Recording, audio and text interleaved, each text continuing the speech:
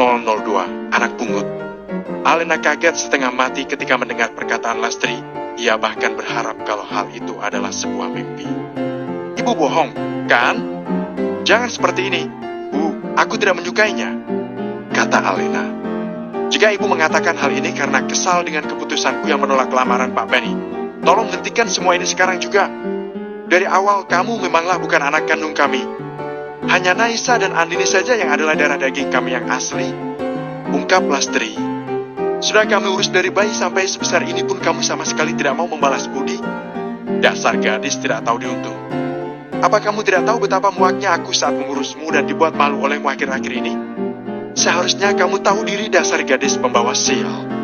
Dalam sekejap, akal sehat Alena hilang tanpa sisa. Ia tidak menyangka jika Lastri akan mengungkapkan sebuah kebenaran besar di saat seperti ini yang bisa mengubah hidupnya menjadi lebih menyedihkan.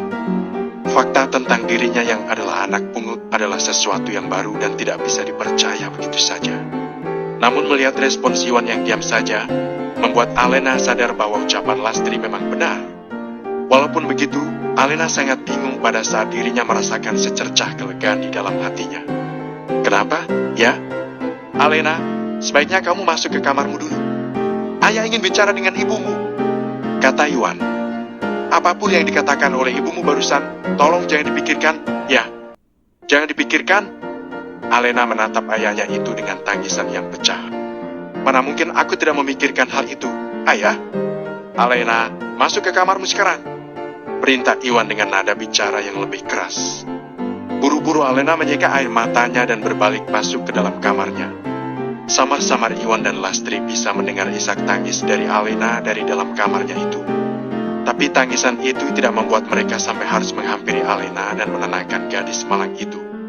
Karena sekarang ada hal lain yang lebih penting daripada sekadar membujuk Alena, yaitu membicarakan soal ucapan Lastri kepada Alena tentang identitas Alena yang sebenarnya.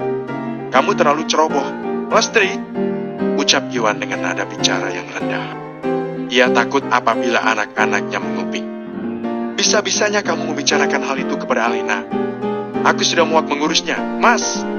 Setiap hari ibu-ibu di desa ini selalu mengeluhkan semua hal yang mengganjal di hati mereka kepadaku. Dan itu semua tentu saja karena Alena, ucap Lastri. Memangnya kamu tidak kasihan pada Naisa dan Andini? Gara-gara gadis egois itu, anak-anak kita jadi kena getahnya. Iwan menghela napas. Sejak awal kamu sendiri kan yang menyuruhku membawa Alena ke rumah kita untuk dirawat. Katanya kamu sangat menginginkan anak waktu itu. Dan aku mengabulkannya meskipun aku tahu hal itu adalah sebuah hal yang salah karena tidak melaporkannya terlebih dahulu ke pihak berwajib. Memangnya kamu mau membiarkan dirinya yang waktu itu masih bayi berada di tong sampah begitu saja? Walaupun aku membencinya, aku juga masih punya hati nurani tahu, kata Lastri sambil melipat tangannya ke depan. Hitung-hitung buat pancingan anak juga. Dan sekarang kamu sendiri yang menyesal karena telah membawanya masuk ke keluarga kita, ujar Iwan. Tindakanmu itu sangat lucu, Lastri. Aku tidak menyangka jika kamu akan bersikap tidak manusiawi seperti ini. Pokoknya yang paling penting adalah kamu harus membujuk Alena agar mau menikah dengan Pak Benny, ujar Lastri. Kalau ingin menerima balas budi darinya karena sudah kita rawat sejak kecil, sekaranglah saatnya. Tapi, kenapa masih ragu? Apakah kamu benar-benar menganggap Alena sebagai anak kandungmu sendiri? Tanya Lastri, masih dengan perasaan jengkel. Atau jangan-jangan kamu malah ada rasa pada gadis itu sama seperti laki-laki di desa ini?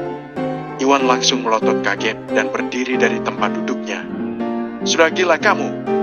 Mana mungkin aku berpikiran rendahan seperti itu kepada anak yang kita besarkan berdua dari kecil? Itu kan hanya kecurigaanku saja. Siapa tahu sikapmu itu sama saja seperti laki-laki di luar sana karena terpikat oleh kecantikan gadis itu, kata Lastri dengan wajah datar. Sudahlah, berhenti mengatakan omong kosong, Lastri. Lebih baik kamu pikirkan cara terbaik untuk menangani Alena. Mana mungkin bujukan saja bisa meluluhkan tekad gadis sekeras dia, ucap Iwan mengalihkan pembicaraan barusan yang membuatnya tidak nyaman.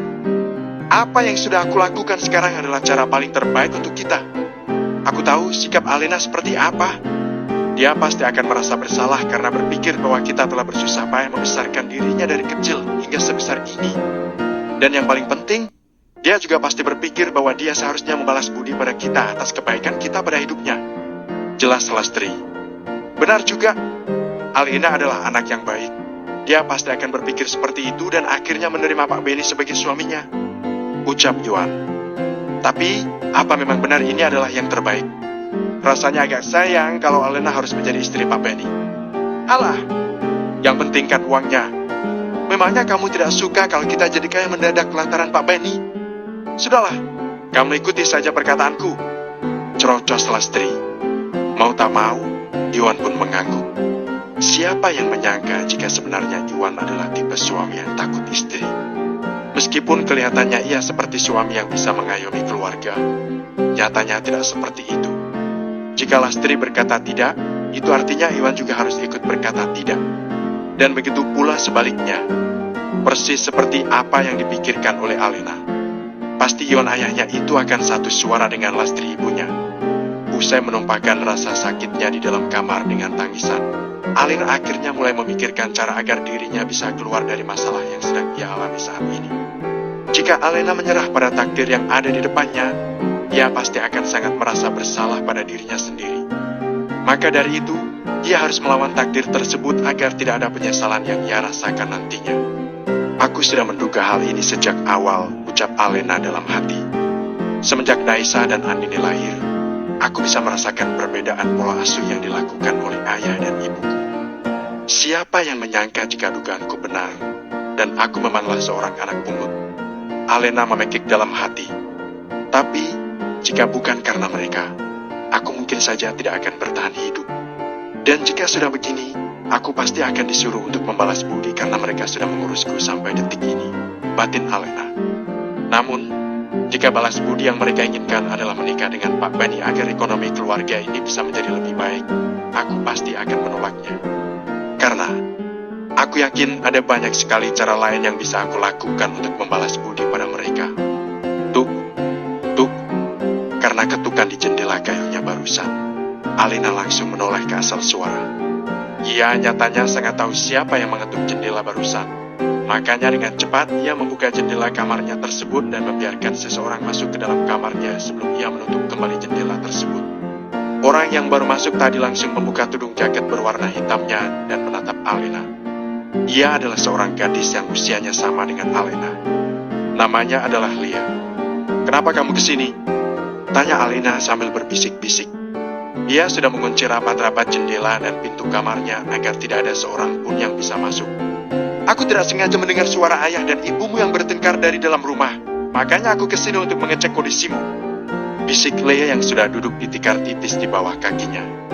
Sandal yang dipakai olehnya sudah ia biarkan berada di luar jendela kamar Alena. Orang-orang tidak akan melihatnya karena terhalang semak-semak. Apa ada sesuatu yang terjadi? Banyak. Alena menghela napas dan ikut duduk di atas tikar tipis tersebut. Ia saling berhadapan dengan Lia. "Rasanya aku hampir putus asa karena semua masalah yang terjadi kepadaku sekarang terlalu berat untuk aku jalani sendiri. Apa karena lamaran Pak Benny itu?" tebak Lei agak ragu saat mengatakannya di depan Alena.